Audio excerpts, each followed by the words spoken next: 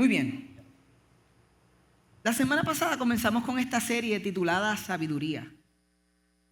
Y el corazón detrás de esta serie es que a principio de año, cuando estamos orando por qué el Señor quiere que aprendamos como iglesia juntos, vamos mirando qué Él desea. Y cuando orábamos por este tiempo y oramos por este tiempo aún más recientemente, el Señor puso en nuestro corazón, en los líderes de la iglesia, que nos íbamos a enfrentar a un momento muy difícil en términos culturales, un momento de división, y es el momento de las elecciones. Y que un poco más adelante, este año, nosotros nos vamos a encontrar en un momento bien divisivo, donde hay diferentes opiniones, donde hay diferentes puntos de vista. Y nosotros lo sabemos porque particularmente hace 4 años atrás, cuando estaba el asunto de las elecciones y también el asunto de cuando pasó lo de Ricky renuncia, que el pueblo estaba exigiendo la renuncia del gobernador y había unas personas que se oponían, otros que estaban a favor. Y en ese momento en nuestra iglesia, la unidad de la iglesia fue retada, porque líderes dentro de nuestra comunidad deseaban que Mar Azul fuera más verbal acerca del hecho de cuál era su postura. Y con cada año ha sucedido que las personas ya no se molestan por lo que tú dices, sino también se molestan por lo que tú no dices. Porque se supone que digas algo o porque tienen la idea de lo que la iglesia debería ser. Y nosotros entramos en un momento de oración y de sostener la unidad de la iglesia. Y qué bueno que fue pasajero. Y cuando terminó el asunto y el asunto de la división política, muchos dijeron, de verdad que nos estábamos dividiendo por cosas temporales. Y eso es lo que sucede en nuestra cultura. Muchas veces nos dividimos por cosas que son bien pasajeras, bien temporales. Y nosotros creemos que durante los próximos meses eso puede volver a ocurrir. Así que orábamos y yo oraba, Señor, ¿cómo podemos mantener el corazón de la iglesia unida? ¿Cómo podemos mantener lo que está sucediendo, ese mover, ese despertar? Y la respuesta del Señor fue bien clara cuando Él dijo, creciendo en sabiduría. Y por eso esta serie nos va a ayudar a mantener la unidad de la iglesia a la medida en que nosotros crecemos en sabiduría como discípulos. Y hoy hablaremos de la Biblia como fuente de sabiduría. Ahora, yo no sé cuál ha sido tu relación con la Biblia, pero me puedo imaginar que en algunos casos se pareció a la mía. Y en algunos casos puede ser completamente diferente. En mi caso, desde muy pequeño, yo recuerdo ver que mi papá tenía una Biblia que él escribía, marcaba, highlight.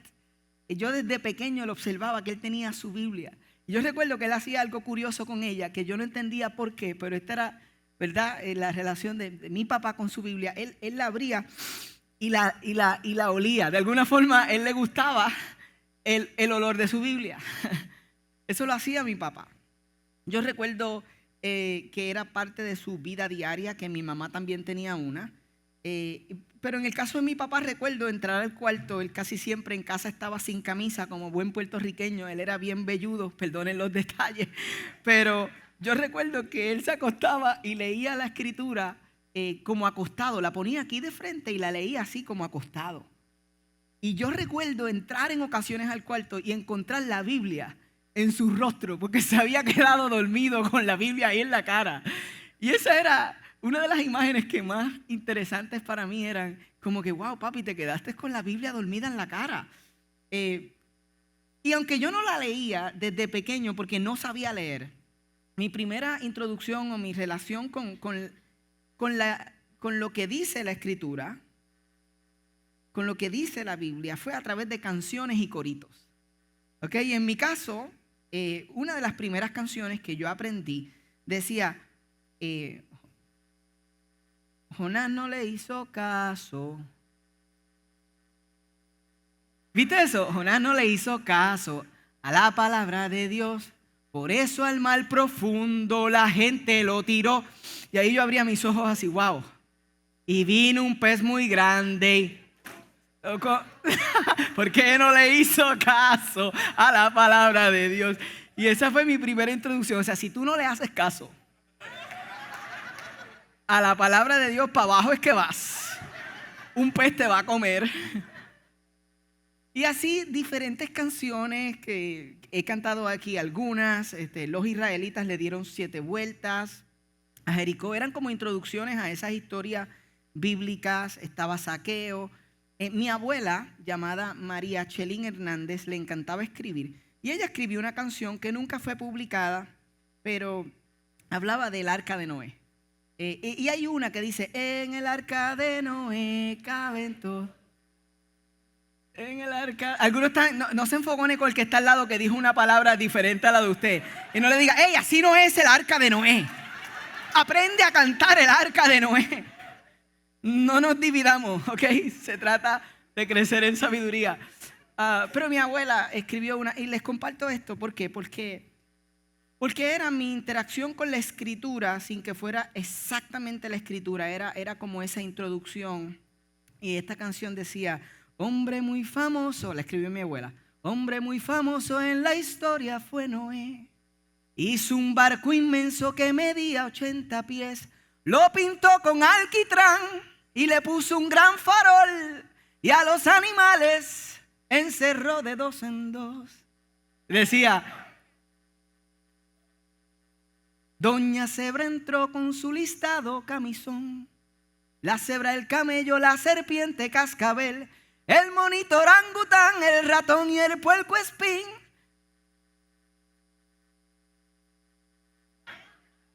Mi abuela ha resucitado.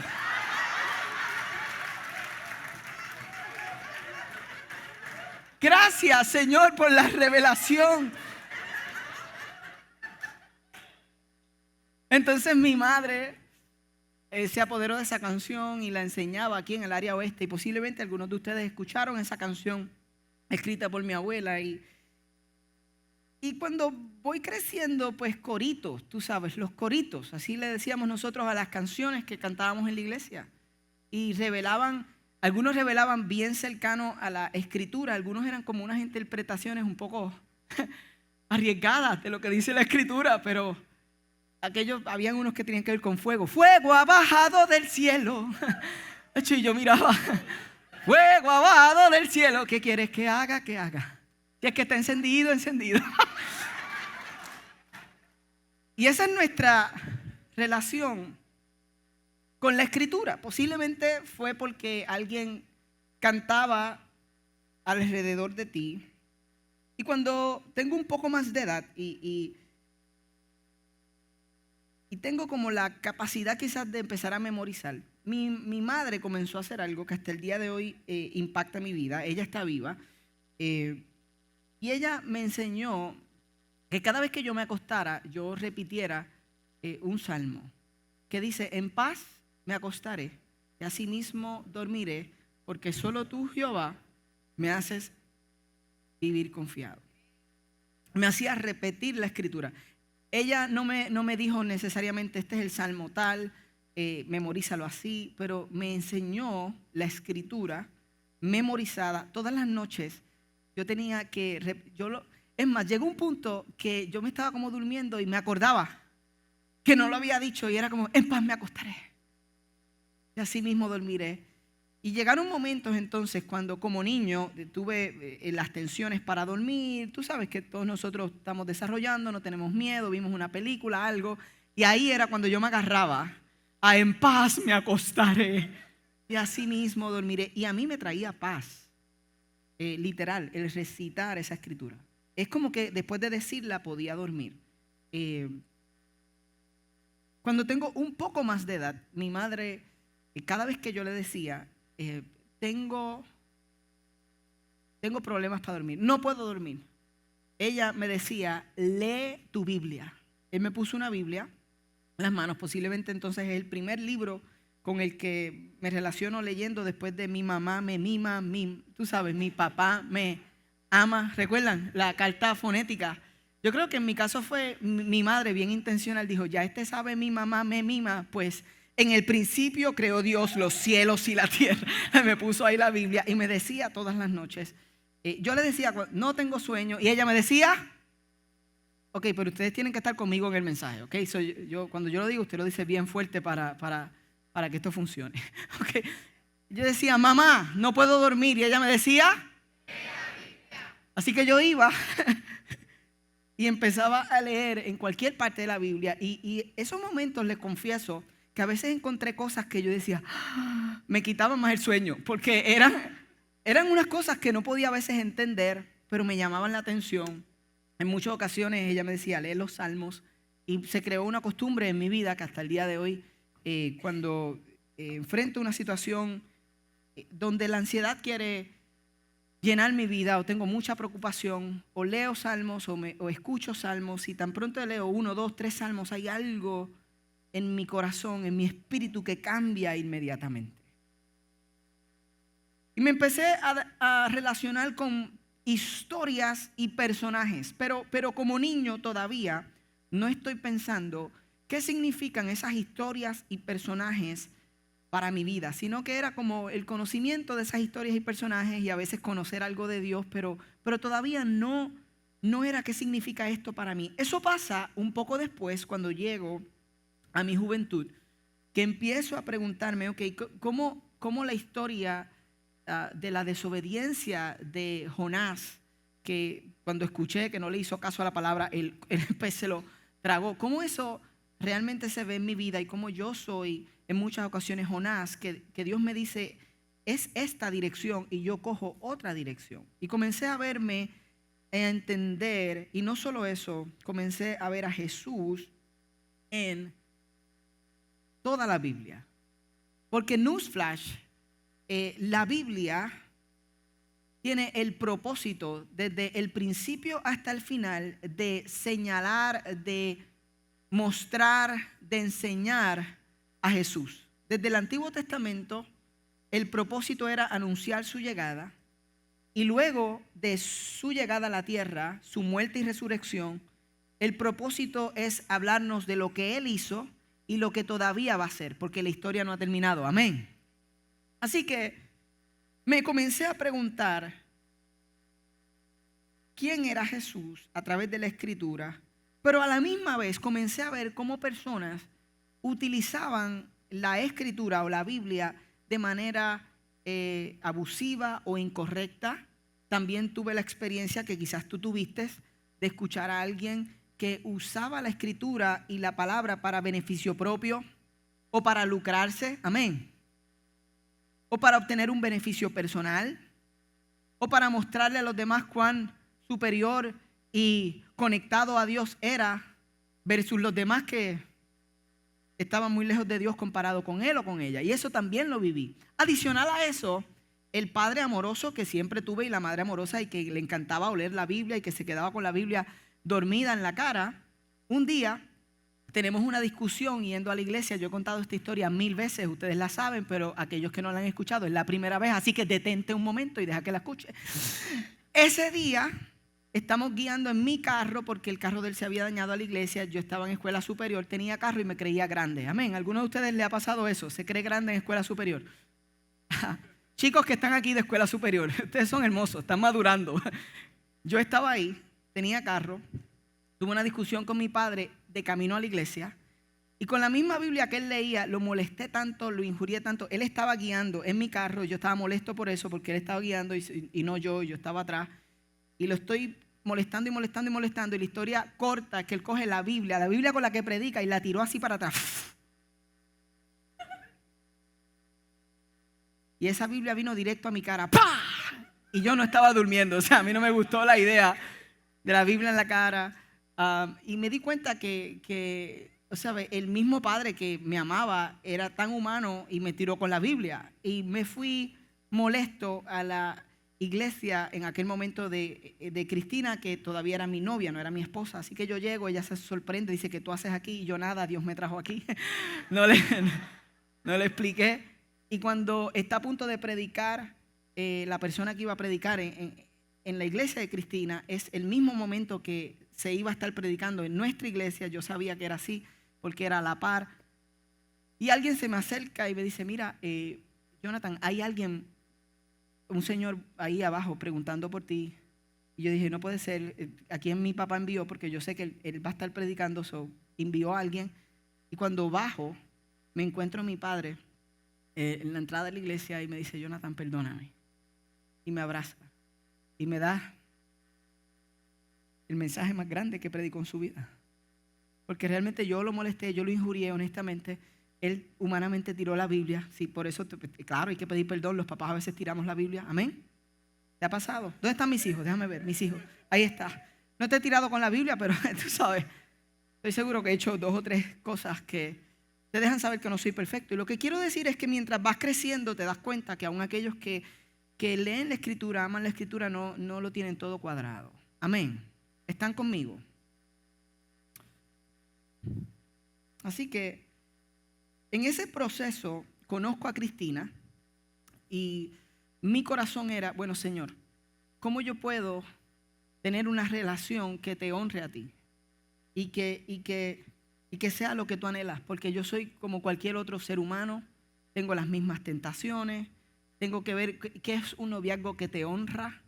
Y algunos de ustedes ven a los que predicamos o enseñamos y hablamos, o los pastores, y piensan que no tuvimos una experiencia normal de juventud y un pasado. Dicen por ahí que todo santo tiene un pasado. Y yo no me avergüenzo de decir que yo soy tan humano como todos ustedes, porque ese es el evangelio, que Dios me rescató a mí también, que Él vino a buscarme a mí también. Y en ese proceso yo tuve que recurrir a preguntarme cómo mi relación honra a Dios, y donde encontré sabiduría fue en las Sagradas Escrituras. Sin embargo, había algo que yo hacía con Cristina para conocerla. Y es que en aquel momento los celulares quizás habían comenzado, pero no teníamos celulares, así que era el teléfono. ¿Cuántos de ustedes cuando estuvieron enamorados dedicaron horas para hablar por teléfono? Amén. Tú marcabas ese teléfono, a veces estabas hablando más allá de la hora que se supone que estuvieras hablando, y a veces te quedaste dormido hablando con él o con ella, o dijiste 2 o 3 disparates y te despertaste y te diste cuenta cómo es posible. Y ahí empezó el proceso que yo he dicho antes, que uno dice, engancha, y el otro dice, no. ¿Qué dice? Engancha tú. Hay una discusión para ver quién va a enganchar. Hubieron otras formas en las que yo conocí a Cristina, como salidas que se fueron añadiendo al proceso. El Vigía, nuestro restaurante favorito en aquel momento. Sin embargo, el medio principal para poder conocer a Cristina fue el teléfono. ¿Y por qué les digo eso? Porque a la misma vez, el medio principal para nosotros conocer a Dios, primero que nada, es las Sagradas Escrituras. Después está el proceso también de la oración, el proceso de ayuno, disciplinas personales, como hemos hablado, pero el medio principal por el cual tú puedes conocer a Dios, no importa cuál haya sido tu relación con la Biblia, es la Biblia, es la Sagrada Escritura. Y han pasado, en mi caso, casi 20 años de casado, y todavía estoy conociendo a Cristina y nunca me aburro. Siempre encuentro cosas nuevas y le digo a mis hijos, Dios mío, yo me casé por encima de mi liga, porque es que me sorprende. Cuando pienso que la tengo ya mangadita, como que la conozco, me sorprende con un giro que yo digo, Dios mío, ayúdame hoy porque no sé qué voy a hacer. Y me doy cuenta que apenas estoy empezando a conocerla. ¿Te ha pasado? ¿Cuántas parejas hay aquí? ¿Cuántas saben de lo que yo estoy hablando? ¿Tú justo crees? Ya, después de tantos años, Señor, I got this, la conozco, lo conozco. Y de momento, wow, un giro. Y tú dices, Señor. A veces la miro y digo, ¿quién eres? ¿Cuánto tiempo has estado ahí? Ella me mira. Te digo, no me aburro. Y de la misma forma,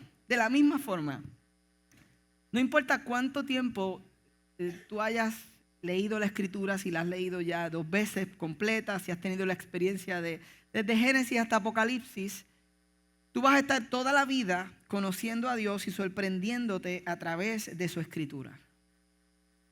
No hay forma de aburrirte de conocer a Dios. Y hoy hablaba con con jazz temprano porque tuve la oportunidad de ayer venir hacia el área y comer en un restaurante que está en San Germán. Nos trataron bien, no es que nos dieron descuento ni nada, pero me encantaría promocionarlos porque vi que tienen un corazón muy bonito y se llama Confía. Oye, y comimos chévere y hablamos y vi a sus hijos y ha pasado un tiempo desde que Jazz y Cristel decidieron mudarse aquí al área oeste para continuar amando esta comunidad y pastorearla. Y yo veía el efecto de esa movida en sus hijos. Encontré unos hijos que han madurado, que se sienten amados por la comunidad, que los hijos hablaban de la escuela con mucho favor y de lo que está sucediendo en esta escuela. Entonces fuimos a su casa y esta mañana tuvimos la oportunidad de estar allí, pero el ambiente que yo observaba en la casa de Jazz y Cristel es un ambiente que yo he observado en mi casa. Y me di cuenta que es el mismo ambiente que formó mi casa de crianza. Y cuando conecté los puntos, dije, estos son ambientes que han sido formados por las Sagradas Escrituras. En otras palabras, por el conocimiento que los padres tienen de Dios y cómo viven ese conocimiento. Y era tan lindo. Y yo no sabía cuánto de mi vida fue formado por la Escritura, por esas canciones, por lo que mi mamá y mi papá conocían de Dios.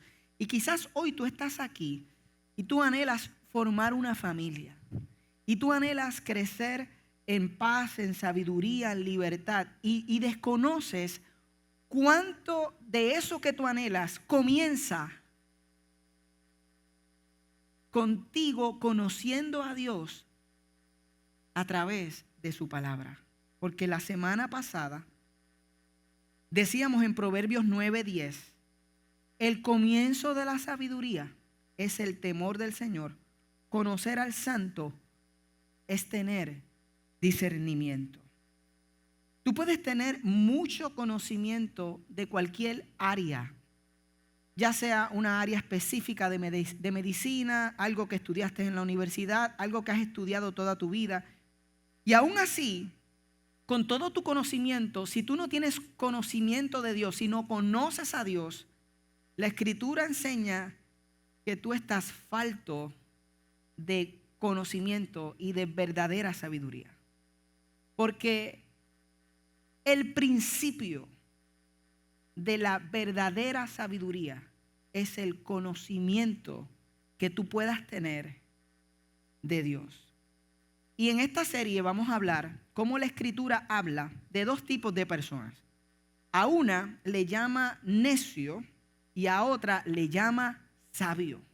Y vamos a ver cómo eso se desempaca para nosotros, porque nosotros queremos ser sabios y no necios.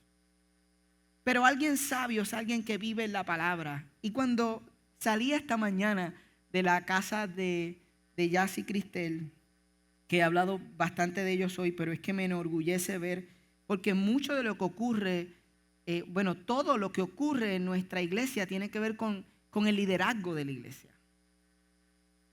Y cómo nosotros estamos viviendo en esa palabra. Y sentí dedicar estos versos que le dijo Pablo a Timoteo. En 1 Timoteo 4:12, cuando le dijo, ninguno tenga en poco tu juventud, sino sé ejemplo de los creyentes en palabra, conducta, amor, espíritu, fe y pureza. Y definitivamente, cuando pienso en ustedes, Cristel y Jazz, son ejemplos en palabra, conducta, amor, espíritu, fe y pureza. Son jóvenes. No la tienen toda cuadrada como yo no la tuve ni la tengo toda cuadrada. De vez en cuando pueden tirar una Biblia. Pero que ninguno tenga en poco su juventud. Porque ustedes conocen a Dios. Así que, no importando cuál haya sido tu experiencia, Dios, desde el momento en el que te creó, quería que tú tuvieras una buena relación con sus palabras. Y yo voy a leer Josué capítulo 1, 8, pero quiero darles el contexto de lo que está viviendo Josué para entender mejor estas palabras. Porque Josué era el ayudante de Moisés. Moisés, Dios lo llama para libertar el pueblo. Pasan a través de un proceso de desierto. El pueblo es cabeciduro. Están tratando de conquistar las promesas o de caminar hacia lo que Dios les había hablado. Pero Moisés muere. Y no han podido todavía conquistar o llegar a lo que Dios esperaba de ellos. Y cuando Moisés muere, se levanta este líder, o Dios levanta este líder llamado Josué, y le dice unas palabras que posiblemente ustedes han escuchado mucho. Cuando se habla de Josué, se habla de ese verso que Dios le dice: esfuérzate y sé valiente, no temas ni desmayes. En el capítulo 1 de Josué encontramos que Dios le dice muchas veces: esfuérzate y sé valiente, no temas ni desmayes, porque yo estaré contigo. Pero en ese contexto, el día que él tiene que asumir el liderazgo de un pueblo que se estima que en este momento puede ser 1.5 millones a 3 millones de personas que están básicamente navegando por el desierto, con situaciones y problemas y todavía sin poder alcanzar. Ahora él tiene que de alguna forma liderar el pueblo hacia el momento más retante, hacia el cumplimiento, hacia literalmente batallas militares. Él era un general de milicia. En ese momento que él se está preguntando: Señor, ¿qué debo hacer? Yo estoy seguro que lo que nosotros no tenemos en la escritura son las oraciones que hace Josué cuando Moisés muere. ¿Te ha pasado a ti que algo pasa en tu trabajo, cambia drásticamente? Hay una situación que te sorprende y tú empiezas: Señor, ayúdame. Esa es la oración más honesta que muchos de nosotros tenemos. Señor, ayúdame. Josué estaba orando. Tenía el temor y la incertidumbre. Él dudaba de sus capacidades como líder. Si él podía verdaderamente llevar el pueblo. Y yo sé eso porque a mí me pasa a cada rato. Cuando digo: Señor, ¿seré yo la persona adecuada para liderar hacia el futuro? Me ha pasado estar en ese momento: Señor, ayúdame. Cuando tú oras ayúdame, cuando tú quieres la sabiduría, cuando tú la buscas, como escuchamos la semana pasada, el Señor te va a contestar. Y mira la contestación que tiene Dios para Josué. En el verso 8 del capítulo 1 dice: recita siempre el libro de la ley y medita en él de día y de noche. Cumple con cuidado todo lo que en él está escrito. Así prosperarás y tendrás éxito. Me gustaría que miraras esto detenidamente, porque este es el deseo de Dios para todos nosotros. No solo para Josué. El día que algo muere en tu vida, el día que tienes preguntas, el día que tienes dudas, el día que no sabes qué hacer, Dios te dice: recita siempre el libro de la ley, este libro de la ley, y medita en él de día y de noche. Cumple con cuidado, obedece, pon en práctica todo lo que en él está escrito. Así prosperarás y tendrás éxito. Entonces le dice después del verso 8 otra vez: no temas, yo estaré contigo. Y me gustaría proponerles a ustedes que cuando Dios dice: no temas, yo estaré contigo, Él está diciendo: estaré acompañándote a través de mis palabras. La forma en la que Dios está con nosotros ya no solo es su espíritu y su presencia hoy en la era del Nuevo Testamento, después de Cristo, sino que Él nos acompaña a través de sus palabras reveladas. Dios quiere acompañarte a través de sus palabras. Es por eso que leer la Biblia puede hacernos más sabios. Yo estuve pensando en este punto y decía: tengo que escribir puede, porque no sucede automáticamente. Hay algunas personas que la leen y no parecen convertirse en más sabios. ¿Cuántos pueden decir amén? Estoy predicando con honestidad. Hay personas que la leen y tú dices: I don't know. I'm not quite sure. ¿Por qué? Porque esto no es automático. Primero, yo no estoy seguro si verdaderamente todos los que dicen que la leen. O si es que crecieron alrededor de ella y están familiarizados con ella, conocieron las canciones, conocieron las historias, pero realmente no la han leído de forma personal para conocer a Dios, sino que es como que han estado alrededor de ella y la tienen como tú tienes las canciones que te has aprendido, no porque tienes la canción en tu playlist, sino porque la reproducen en cada tienda que tú vas. Tú no la tienes en tu playlist, no es una canción que tú buscaste, pero entras al supermercado, vas a la tienda, entras al mall y está la misma canción. Y tú estás familiarizado con la canción, pero realmente tú no tienes la canción. Esto a mí me sucede mucho con Cristina, porque ella tiene esa capacidad de grabarse cualquier canción.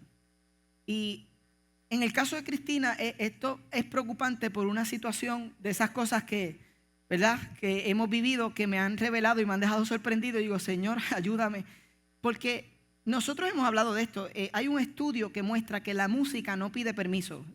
Cuando tú pones un mensaje y pones palabras sobre acordes musicales, va mucho más lejos sin pedir permiso que si solamente leyeras las palabras. Por eso muchas de las canciones que hoy escuchan muchas personas, no voy a decir nuestros jóvenes porque no solo son nuestros jóvenes, canciones que escuchan muchas personas, si escucharan la canción sin la música no pudieran soportarla, lo que dice, pero lo montas en un acorde y en un ritmo y lo digieres más profundamente porque no pide permiso. Entonces, en la vida de Cristina esto es como exageradamente grande y a veces entramos a una tienda y salimos y ella se sabe la canción que nunca había escuchado. Y yo la miro, porque a mí se me olvidan todas las canciones, hasta algunos coritos. O sea, y ella todas las sabe. Y un día estábamos comiendo en familia, y estaba su familia, estaba mi familia, estábamos en un restaurante en Bayamón. Y hay una canción que la ponen cada rato, en cualquier estación, y dice, y ahora estoy aquí. Entonces tiene una parte que dice, borracho y loco. Y nosotros estábamos comiendo, hablando normal, todo el mundo, pero eso está aparentemente entrando en la mente de Cristina sin pedir permiso. Y en el momento que viene esa parte que hace una pausa y todo, y ahora estoy aquí, y Cristina sale y dice, borracho y loco. Y yo, miré así para el lado como que no podía creer lo que estaba pasando. Y yo me asusté. Sí, no puede ser. Y en nuestra familia eso es una, ¿verdad? Y ella se empezó a reír y nos reímos y yo, tú sabes, me pongo nervioso. Cada vez que vamos a un restaurante ahora, cuando escucho la canción, empiezo a mirarla. Porque ella está relacionada con la canción, quizás la sabe. Yo le digo, pero si tú la escuchabas un montón, no es eso, pero es que la sé. Y no sé, me salió y... Señor. Hay muchas personas que no son transformados por la Escritura por la misma razón. Porque es que tienen una relación como a nivel de memoria, como influenciados porque crecieron en la iglesia, pero nunca han buscado leerla para entenderla por ellos mismos. En Primera de Tesalonicenses, Pablo explica un poquito esto. Él está hablando a una iglesia que él plantó. Y miren lo que les dice en el verso 13. Dice, así que no dejemos de dar gracias a Dios, porque al oír ustedes, no dejamos de dar gracias a Dios, porque al oír ustedes la palabra de Dios que les predicamos, él está diciendo las palabras que yo le prediqué, la aceptaron no como palabra humana, sino como lo que realmente es, palabra de Dios, la cual actúa en ustedes los creyentes. Dos cosas que quiero recalcar. Número uno, no todo lo que yo digo aquí al frente es palabra de Dios, pero cada vez que yo leo la Escritura es palabra de Dios.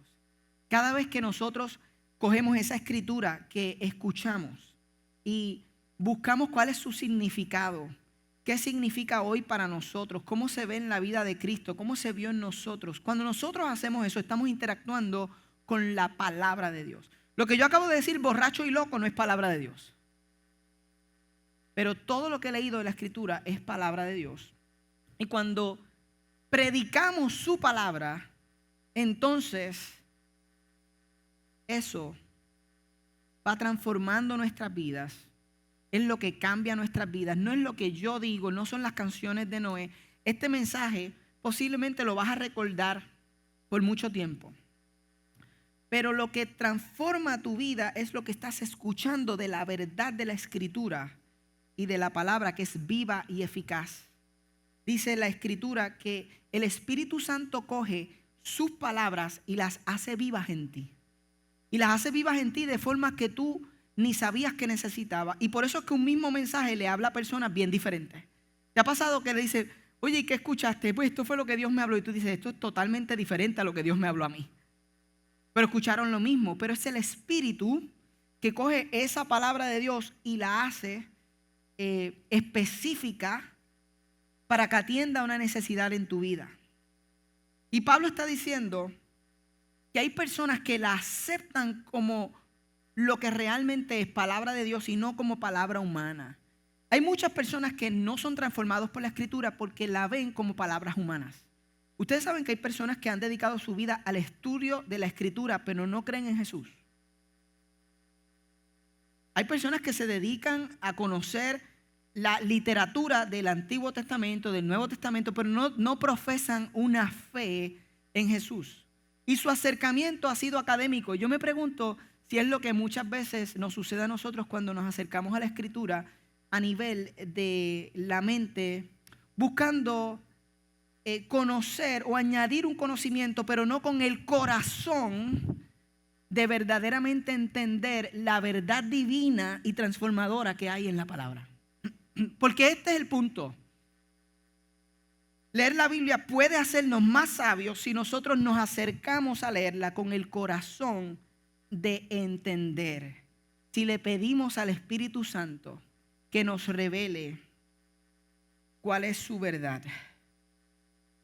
En 1 Corintios 2:14 encontramos: el que no tiene el Espíritu no acepta lo que procede del Espíritu, pues para él es locura, no puede entenderlo porque hay que discernirlo. ¿Qué dice ahí? Espiritualmente. Sé que este mensaje me he extendido un poco, pero tengo que decirles brevemente momentos en los que me ha sucedido a mí como los discípulos. ¿Sabes que los discípulos no entendían usualmente lo que Jesús les explicaba? ¿Sabes que ellos tenían a veces problemas para entender?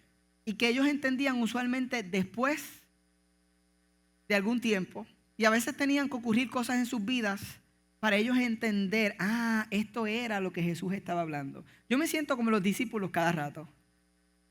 Hay cosas que no entiendo inmediatamente y es parte del proceso que debes entender, que cuando te acercas con el corazón de entender, es un proceso que va a requerir paciencia. No es que hay un download. Esto no es ChatGPT versión 4. Esto no es instantáneo. Esto es un proceso de entender. Y entender muchas veces requiere tener el entendimiento básico de algo y después darte cuenta que era más profundo que eso. Y después darte cuenta que era más profundo que eso. Y después asombrarte y decir, no puedo creer que esto tiene 4 niveles de profundidad para mi vida. Y entonces emocionarte cuando entiendes la plenitud o la profundidad de la verdad en la Escritura. Y aún así nunca vas a conocer completamente la mente de Dios. Así que brevemente, 4 áreas en mi vida en las que ha tomado tiempo para mí el adquirir sabiduría. La primera, en cuanto al hablar y el escuchar. Aquellos de ustedes que me hubieran conocido cuando era joven se hubieran dado cuenta que yo no pensaba para hablar. Creía que podía hablar siempre. Era el primero en abrir la boca y el último en cerrarla. Y así mismo tenía el proceso de relaciones. Yo era el primero que hablaba y el último que hablaba.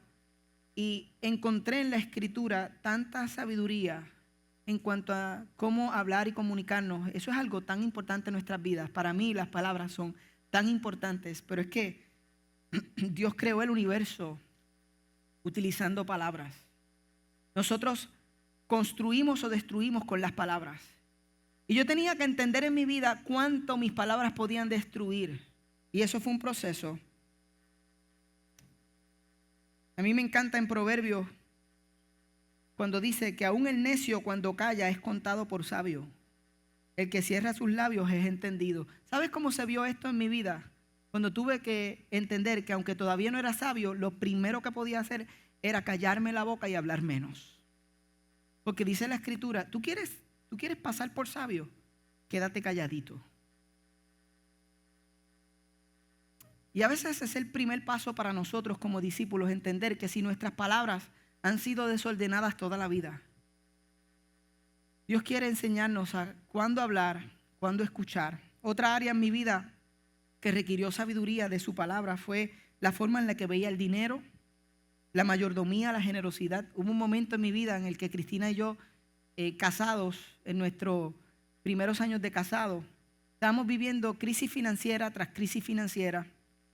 Y yo en ocasiones ofrendaba y en ocasiones diezmaba, pero lo hacía con un corazón bien egoísta realmente, y lo hacía con un corazón bien marcado. ¿Por qué? Porque en mi juventud vi personas que usaron la Escritura para lucrarse, ¿se acuerdan?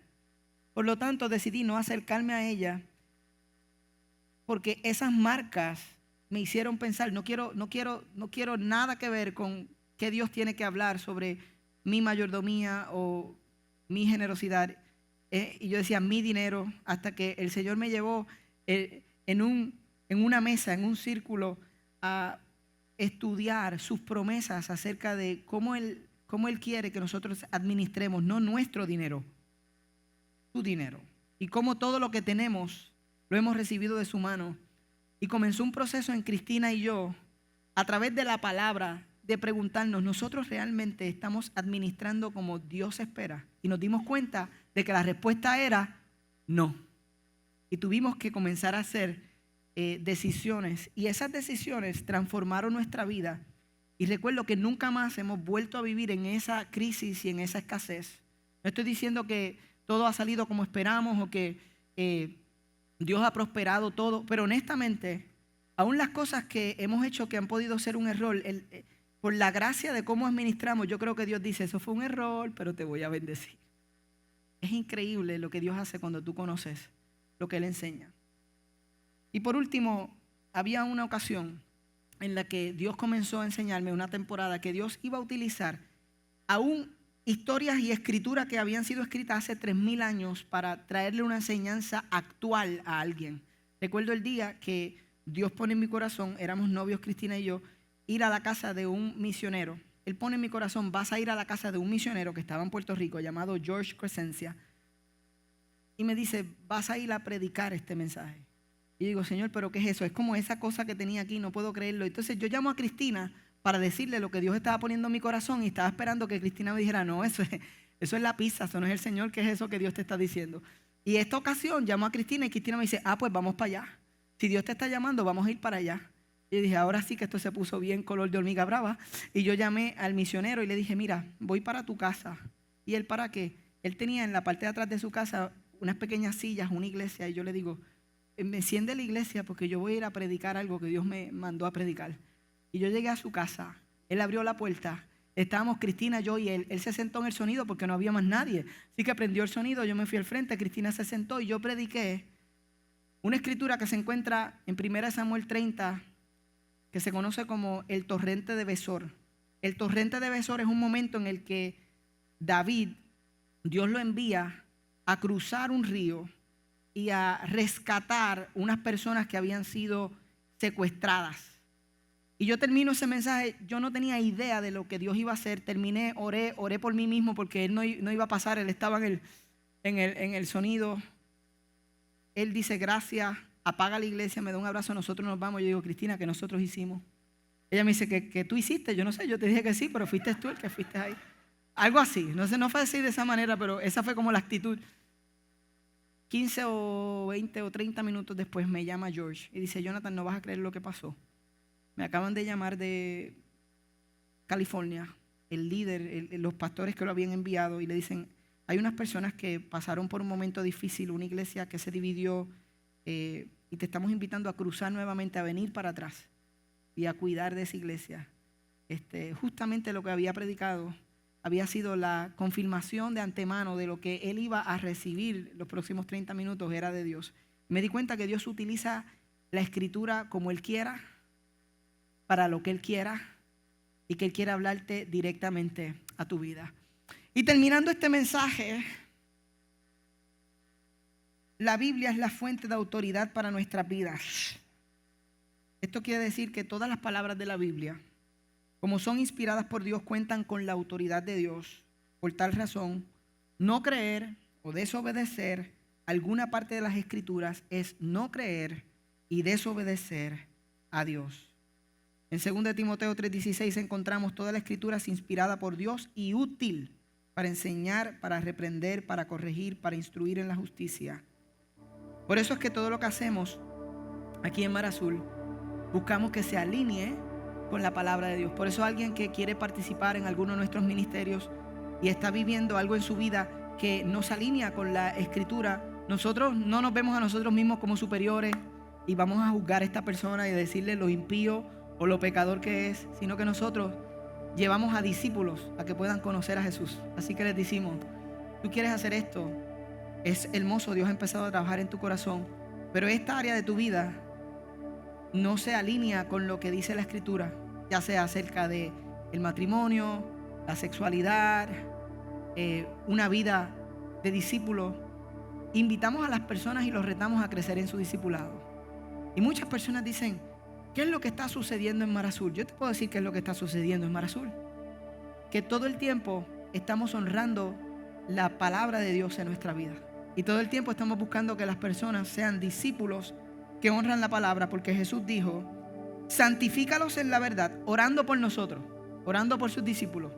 Dijo, santifícalos en la verdad, tu palabra es la verdad. Cuando un líder te llama y te dice, mira, veo tu corazón y tu intención, pero quiero traerte a colación esta área de tu vida. Ese líder lo que está haciendo es dándote la oportunidad de que la palabra santifique tu vida. La palabra separe tu vida.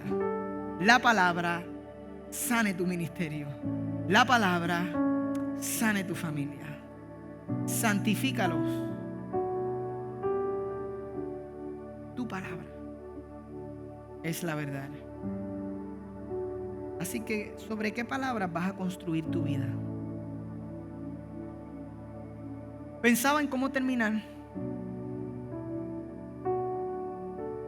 Y el Señor puso en mi corazón decirles a ustedes que Dios quiere hablarles verdad a ustedes a través de su palabra. Que Dios quiere hablarte a ti. Que Él quiere una temporada donde tú no necesites que venga alguien a decirte, porque Él quiere usar la Escritura para hablarte, para enseñarte, para hablarte verdad. Y termino con algo que compartí la semana pasada en el Campus Metro y me pareció que ustedes necesitaban escucharlo. El testimonio de Samuel Sullivan. Samuel Sullivan es conocido hoy por hoy como uno de los teólogos más influyentes en el momento actual. Sin embargo, Samuel Sullivan creció, nació en Puerto Rico, crece en Nueva York y creció desde muy pequeño con una situación que deformó su rostro. Era una enfermedad que hacía que los nervios de su cara se deformaran. Y él dice que desde muy pequeño él empezó a entender que él era feo. Él habla a sí mismo de él. Y no solo eso, sino que temprano en la escuela le dijeron que era un retrasado. Al punto de que se encuentra en 8º grado, pero estaba en una clase que era para niños con capacidad de 2º grado. Y él dice, yo estoy en 8º, soy feo, me han dicho toda la vida en la escuela que soy un retrasado, pero él dice, en mi pequeña iglesia de la calle 48 nunca me dijeron que era retrasado. Me trataron como cualquier otro. me hicieron parte de los servicios, me dejaban escuchar la palabra. Y él dice, no privemos a los niños de escuchar la palabra. Y yo sé que nosotros tenemos aquí un ministerio de Mar Azul Kids, que mientras estamos aquí están siendo servidos a través de la palabra. Están siendo enseñados canciones a su nivel, escritura, para que el proceso de conocer a Dios se vaya dando en ellos. Pero también cuando estén aquí, le digo a los padres, no crean que sus niños no pueden recibir la palabra y la escritura, porque yo recuerdo muy temprano cómo yo pude escuchar y escribir. No se sientan incómodos cuando de momento hay un papá que está bregando con un niño que está llorando, pero dice, yo quiero escuchar la palabra, y está aquí y está haciendo lo posible. Y nosotros, en lugar de ponernos tensos, debimos decir, Señor, gracias porque aquí está, porque está escuchando tu palabra, porque somos una iglesia para todos.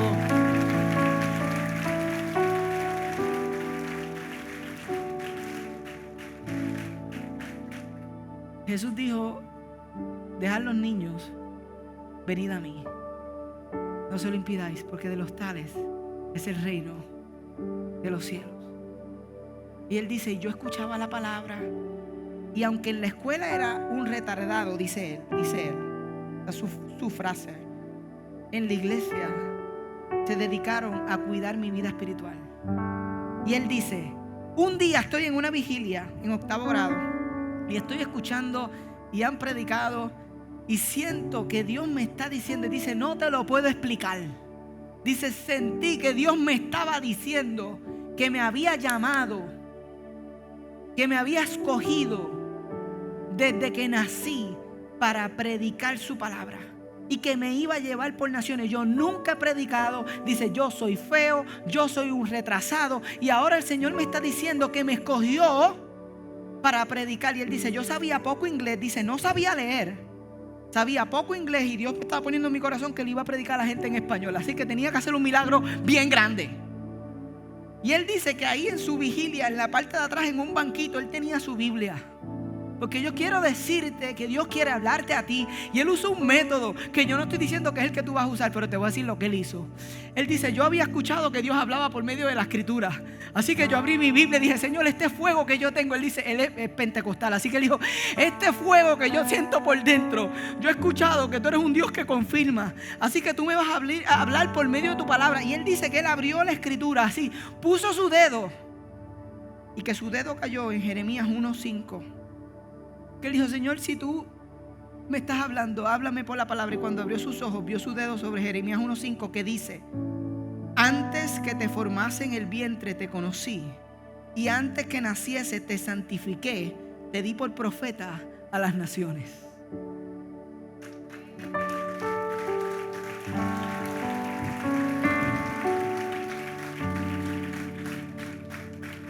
Y él dice, Señor, ¿qué es esto? Y él dice que él estaba tan impresionado con lo que acababa de leer, que él decía, Señor, yo he escuchado que si es tuyo, tú confirmas 2 veces. Y él dice, Señor, tú me vas a hablar otra vez. Me vas a decir esto es verdad, porque él dice, Señor, si, él dice, pero ¿cómo me estás llamando si yo no sé, si soy un retrasado, si yo no tengo sabiduría, si yo no sé qué enseñar, si yo no sé ni leer? Y él dice que aquí va otra vez, cierra la Biblia, la abre, pone su dedo y cae en Santiago 1:5. Si a alguno de ustedes le falta sabiduría, pídasela a Dios y Él se la dará. Pues Dios da a todos generosamente, sin menospreciar a nadie.